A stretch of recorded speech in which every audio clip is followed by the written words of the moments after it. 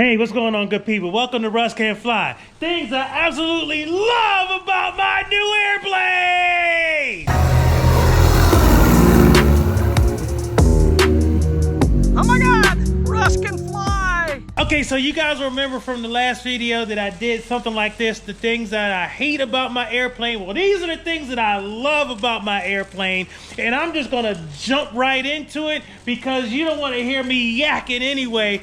And I was actually hoping to do some flying today, but man, it is gusty as all get out today. So no flying, but I still wanted to come out. Had to do some things. I had to clean up the hangar again because the leaves are like crazy. And I wanted to just, shine her up a little bit. It's been a while since, I actually did some shining on her. So we had a lot of conversations. It's love. But at any rate, the first thing I'll tell you that I love about this airplane is that it has allowed me to be part of an amazing aviation community. Proof of that is one of the small businesses that is actually sponsoring this video, Airplace, is part of that aviation community.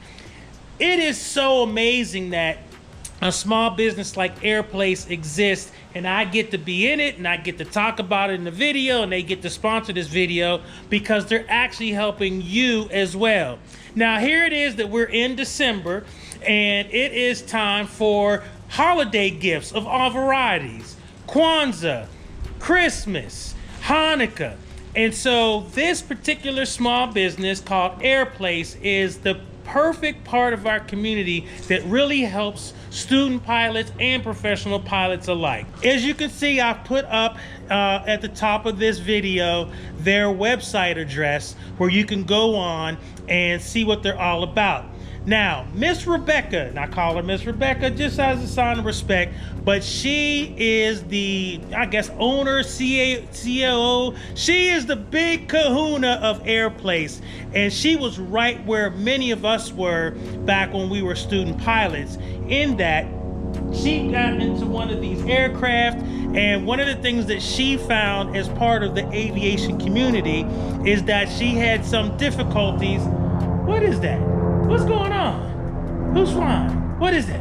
Anyway, I always get distracted. It seems to be par for the course. But at any rate, as being part of the aviation community, one of the things that she discovered as a student pilot is she was having some difficulty having access to affordable active noise canceling or active noise reducing, I always have a problem saying that word.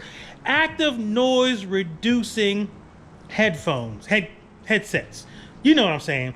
But at any rate, she was having a difficult time having access to active ANR headset. And so what Miss Rebecca decided to do was open this company to serve the aviation community so that others wouldn't have that same issue. And so Airplace was born. So I asked that you definitely check it out. And here's the thing. There's a 10% discount for a code that I will show up here as well. Use the code, you get a 10% discount, and you get access to some pretty amazing headsets. And I've talked about this organization before, and the reason why I'm going to continue to talk about it is A, I believe in helping small businesses. B, it is part of our aviation community. Miss Rebecca is part of our aviation community. And C, I always try to help out student pilots whenever I can because I'm a student pilot.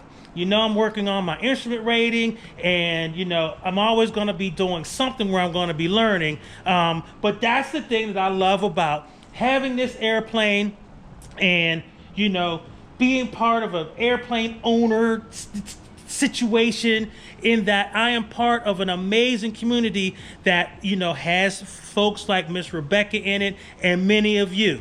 So again, just a real recap, make sure you check out Airplace. Definitely worth your while. Makes a great Christmas gift, Kwanzaa gift, Hanukkah gift, whatever things you celebrate. Just gives us a great gift. Your student pilot will love you for it, or your professional pilot as well. But that's the thing. See, I get to be part of this community. Charlie has put me in, touch with so many amazing people. When Miss Rebecca reached out to me, it was like no hesitation. And being an aircraft owner and being able to display her and talk about my airplane ownership on this channel that all of you are supporting magnificently, and I'm so thankful that you do. I get to be a part of this amazing, amazing community. And here's the thing. Some people may make the argument that, well, this is somewhat elitist and all of that kind of stuff. Let me tell you this. Full disclosure, there's certain parts of the community where that is definitely true. I mean, there is a big expanse of people, just like in life, right? Homeowners. I mean, there are some of us who own homes where we clean our own toilets. If it's leaking, we fix it. We do our own laundry. And we have things like maybe tree roots to go into your sewer lines and all that kind of stuff. But we're homeowners, right? But there's other homeowners that probably have homes that can like swallow like 6 or 7 of our houses, right? Aviation and the aviation community and aviation ownership is the same way. Listen, I am no millionaire. I am no well-heeled individual. Am I starving? No. Am I looking for my next meal? No. And you know, am I comfortable? Absolutely. I'm not gonna lie. But this is not a G6. I'm just saying. You know what I mean?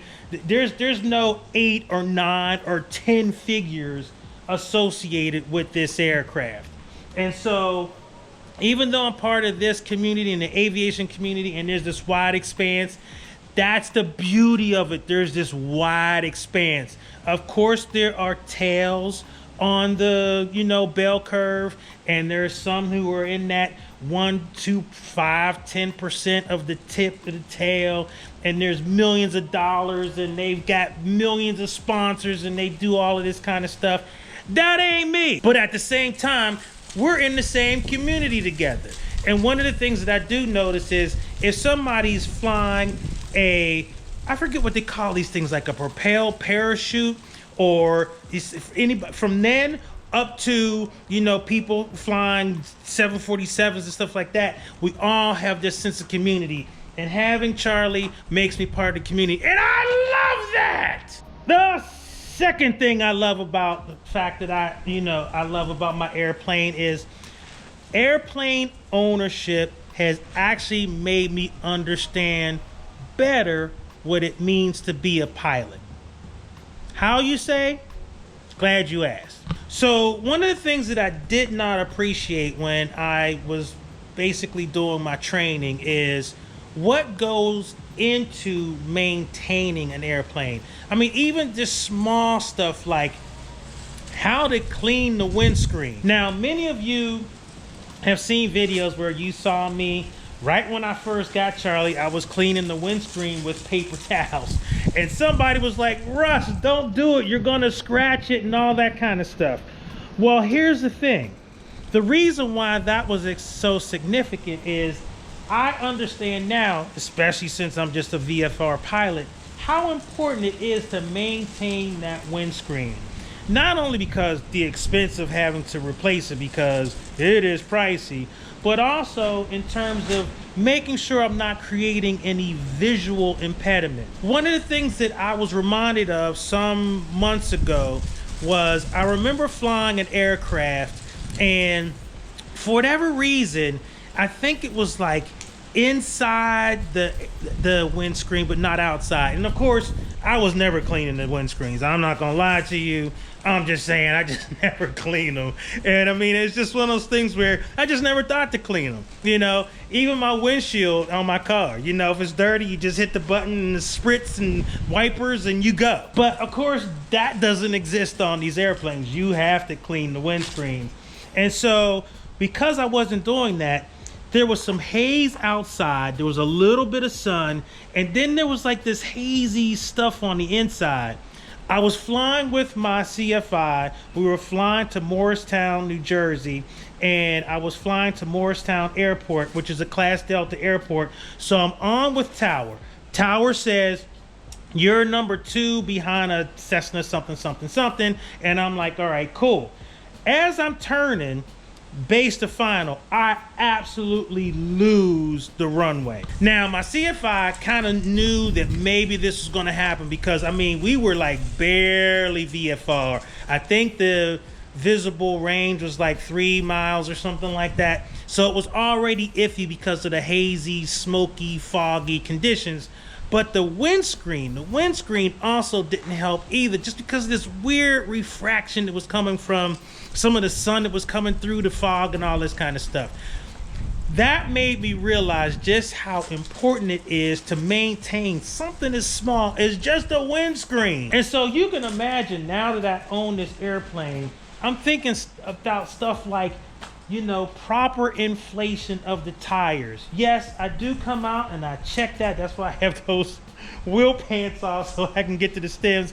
And I'm gonna figure that out. I gotta figure that out. But all these things, and now that I'm on the other side of an annual, I really do appreciate things like that alternator belt was really chewed up. So let me really key in on that.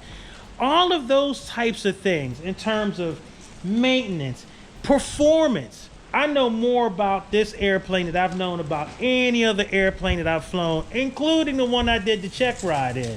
And, you know, that's really important because I can't tell you how many pilots have gotten themselves in trouble because they did not appreciate performance calculations, fuel use, all of that kind of stuff, because it just, I don't know, weren't paying attention. I don't know what it is. But I can tell you, I've looked at this POH, this Pilot's Operating Handbook, more in 2 or 3 days than I've looked in any other POH in years, really. And I'm gonna be transparent about that. So I know a lot about performance charts and all this kind of stuff. And now that I'm starting my instrument rating, I'm really dialing in things like power settings. What does 2,000 RPMs mean at 3 degrees in Charlie? What does she do? I'm learning and figuring all those things out. So because of that, she is making me a much better pilot because I'm having to think about things that I heretofore, not being an airplane owner, have not had to think about. I have to think about all these things because it's all on me. And so, you know, things like, yes, she holds 84 gallons of fuel. She's gonna burn anywhere from 12 to 14, depending on when. But what does that really look like? And is it really dialed in terms of how it's being measured on the JPI engine monitor? And my avionics, all of that kind of stuff. So Charlie, because of what she represents and what I have to understand about her, she's made me so much more a better pilot. And that I love, because one of the things at the end of the day, I want to be the best pilot that I can. So, one, she makes me part of an amazing community called the Aviation community, and plus aviation or aviators who own aircraft. Awesome community. Second, she makes me a much better pilot. There's things I have to think about and consider and fly in certain ways, that, heretofore I haven't had a chance to do. And so because I get to fly her consistently, now I can work on things like flying with precision, rather than just going up there and poking holes in the sky, which is a lot of fun. And I'm gonna keep doing that because it's a lot of fun. But I also am afforded the opportunity to start being more precise in terms of how I fly. And I love the fact that I get to do that, and Charlie affords me that opportunity. And the last thing I'll say about, being an airplane owner and the things I love about my new to me airplane. And of course, there's a list of a bazillion things, but here's one of the things that I will say to you, like really, it's kind of like a philosophical thing and spiritual as well. I never could have imagined seeing myself in this situation right now. Now, I know the good Lord has always ordered my steps. He has blessed me so abundantly, but I'm not gonna lie to you. If I were to let me back up.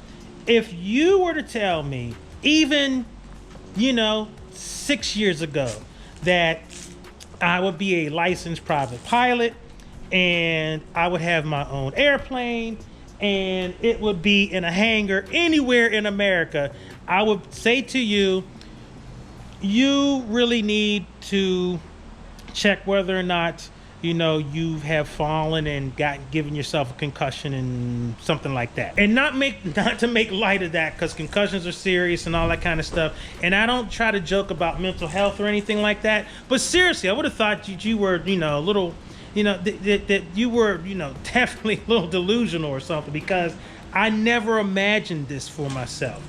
But the Heavenly Father did. And so here I am. So the thing I love about my airplane is the testimony it brings through me to all of you, what is possible. Man, I mean, I'm really having a difficulty finding the right vocabulary, the right words to express what I'm trying to say here without coming off as preachy or any of that kind of stuff. But it really does. I want you to understand it. As I stand here and as I look at this piece of equipment, I think about the two other gentlemen who own this aircraft before me. One I have never met. I may not ever get to meet, you know, him or her. The second owner I did. And one of the things that's really interesting is, so this airplane was manufactured, or I guess manufactured, sold, I don't know. It is a 1963-64 airplane. Now, here's the thing. World was a little different back then. And, you know, I'm not going to get into all of that. I will just say that the time that this airplane was manufactured and sold, the time now where we find ourselves, where it's 2024, there is something really amazing about that. I think about all the people who've made so many sacrifices for this country, you know, specifically people who have, like, you know, loved on me, supported me. There's just something about, I just feel, you know, all of that. I mean, it really does feel like a very significant spiritual experience. And again, I know this is sounding a little crazy and maybe I'm sounding a little off, but you have to understand that when I get into an airplane that was manufactured in 1964, that really resonates with me. I just feel all of the people who have, you know, sowed into me, that I can find myself in this place right now. And so that's the thing I love about this airplane. It is just a thing. And one day it will no longer be a thing for me. Nothing is forever, and I pray that I do everything in my power to make sure that Charlie is in good shape, that even though she was manufactured in 1964, she will be just as ready for the next owner as I was when I got the airplane. And so the thing I love is just what she represents to me. A blessing, hope, accomplishment, belonging, a sense of community. There's just so many words that I just, you know, like I said, they come to mind, but they just, I'm failing to capture the essence. At the end of the day, I hope that you understand where I'm coming from. I am nothing special. I am just a man amongst millions on this earth. I don't deserve anything, really. And what I do deserve, good Lord has given me the grace to not give it to me. But he has heard this expression all the time, and it really resonates with me now, that he looked beyond my faults and saw my need. And although this isn't a need, I need food, water, shelter, love, all of that kind of stuff. But he saw something that I found my way to this thing. And I gotta tell you, this is I know that this is a very special thing because it scares the death out of me. It stretches me financially. It stretches me intellectually. There's so much stuff I still don't know about this airplane, and I'll probably spend years learning and figuring out. It stretches me, logistically in terms of finding time to get here because I want to be here all the time. And, look, I got other stuff I need to do other than just come out and look at my airplane like, oh, look, I got an airplane, I got an airplane, I got an airplane. So, yeah, it just really represents so many different things. And so what I try to pour back out in videos like this and on this channel is, please, ma'am, please, sir, whatever it is that's been put in your heart, and wherever you think that source is, because I don't want to get into that discussion, but if it's there, act on it. And even if it feels hopeless, do it anyway. And even if it feels impossible, do it anyway. And even if there's no one to support you and you feel like you're all alone and there's nobody listening to you and nobody understands, do it anyway. Because I got to tell you, I mean, if this is huge to me. This is very big to me, and I don't want anybody to ever think that my head will ever get big enough where this is just normal life and no big deal. Being able to have this airplane and go pretty much wherever I want, whether and money of being available and being correct. No, but seriously, it's just opened up, all these other worlds. And as you can see, I've already gone to some pretty amazing places and been able to fly. And, even when I first bought it, I flew from, Texas to here, you know what I mean, in this airplane. So it's just really opened up this new world. But I'm just hoping that at the end of the day, people understand what I love about this airplane is not that I'm an airplane owner and I'm flexing and look at me. What I love about this airplane is what it represents. It represents hope and blessing. And if he could do it for me, he can do it for you. And I'm just saying that's just the way it is. I mean, that's just where faith leads me to believe. So that's what this plane represents. It represents a walk of faith, a leap of faith, and all of that kind of stuff. And it just really is so powerful. In my small pea brain, I just don't have the words. So at any rate, I'm just going to kind of leave it there. But that's what I love about this airplane. I love the fact that it's given me a sense of community. I belong to a community of other aviators and other airplane owners. It has, allowed me to do and travel and see some things. It's making me a better pilot since I'm flying a consistent platform. And finally, it's just, I just thank the good Lord for what he's done for me in allowing me to be in this space at this time. And there'll come a day where my days are done. I've run my race. And there's no more to the dash, right? There is a final date. Just know that you have no reason to mourn for me. And it's not to say that this is just the sum total of my life. Gosh, I mean, there's been so many blessings.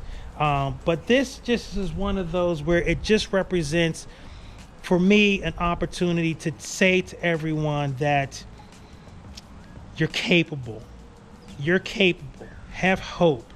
Please don't give up. And the reason why I really talk about these things is because I've seen too many people see the world as a dark place, and they want to give up, and I'm just begging, please don't. Please don't. Give it another day. So anyway, I'm sorry to get all philosophical and all of that kind of stuff, but in order to talk about things I love, that's one of the things. This is the thing I love. I mean, and this is the most important part that I love about this, owning this airplane and having this airplane is this, this part of it, this intangible thing that I really can't put my finger on and I'm having such a hard time expressing. That's it. These are the things I love about my airplane. Of course, I love that I get to fly and do some things. I get to go and see good people. I get to go eat $100 hamburgers and hot dogs and all of that kind of stuff. And yes, I love the fact that it's an amazing airplane. It's got amazing avionics, and it's just, man, it's just an awesome bird for sure. All right, so I'm gonna get on out of here. Make sure you go check out Airplace. There's the website up above. It is also a link down in the comments. Click the link, check out Airplace. You won't be sorry. All right, so with that, I'm out. Russ Can Fly, I'm out. Peace.